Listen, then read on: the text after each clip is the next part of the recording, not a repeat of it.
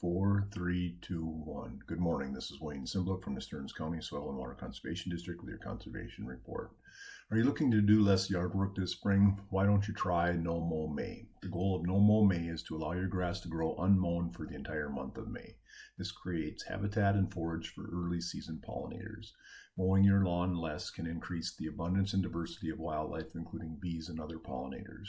This is particularly important in urban areas where access to early blooming flowers is often limited.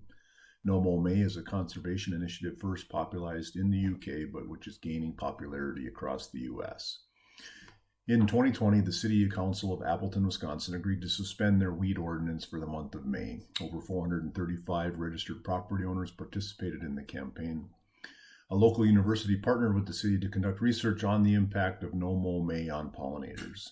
They collected data on the abundance and species richness of flowers and bees found in unmown yards of the properties participating. They then compared those numbers to the abundance and richness of flowers and bees found in nearby urban parks that are regularly mowed. The findings were impressive. Not only were the abundance and richness of bees higher in the yards of properties participating in No Mow May, but they were way higher. Participating yards had 3 times higher bee species richness and 5 times higher bee abundance than nearby parks that had been mowed.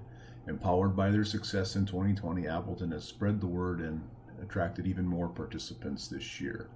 If it pains you too much to not mow your entire yard for the entire month of May, try leaving half the yard or maybe even a back corner. Next thing I want to talk about is stormwater ponds. Just about every community has them. In Minnesota, anytime there's a new development in which 1 acre or more of hard surfaces such as roads, parking lots, sidewalks, and rooftops are created, then the owner of that project needs to provide on-site stormwater treatment.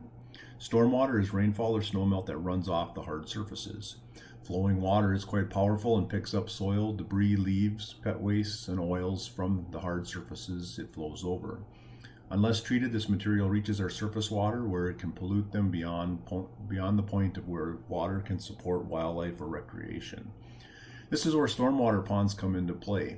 The development is designed so that the rainfall and snowmelt are routed to these ponds.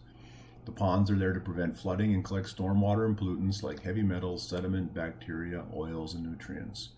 When the water sits in the pond, sediment and debris that the water was carrying settles out. The treated water then gets slowly released downstream, keeping pollutants out of our lakes and rivers. Every once in a while, our office will receive a call from a resident that has a pond in their backyard, asking what they can do to improve or beautify their pond. Their pond is either turning green and stinky, or geese are making a mess of their yard. We have to remind people that the pond's function is to remove pollutants, which mainly contains phosphorus. Phosphorus is the key nutrient that supports algal growth, which often makes the ponds green and begin to smell. So the more sediment and yard waste they can keep out of the storm drains and the pond itself, the less phosphorus available for algae to feed on. And as far as the geese go, the owner is probably mowing to the water's edge, which makes their yard prime real estate for geese. If you stop mowing to the water's edge and let a vegetative buffer grow, the geese don't like walking through the tall vegetation because they think there are predators waiting for them in the buffer. Some homeowner tips for stormwater ponds: don't dump grass clippings or leaves in the pond or near storm drains. This will cause algal blooms. Sweep or rake up any leaves from the curbs and storm drains to keep them from washing down.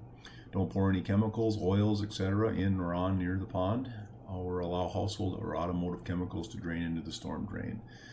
Use biodegradable soaps for outdoor cleaning.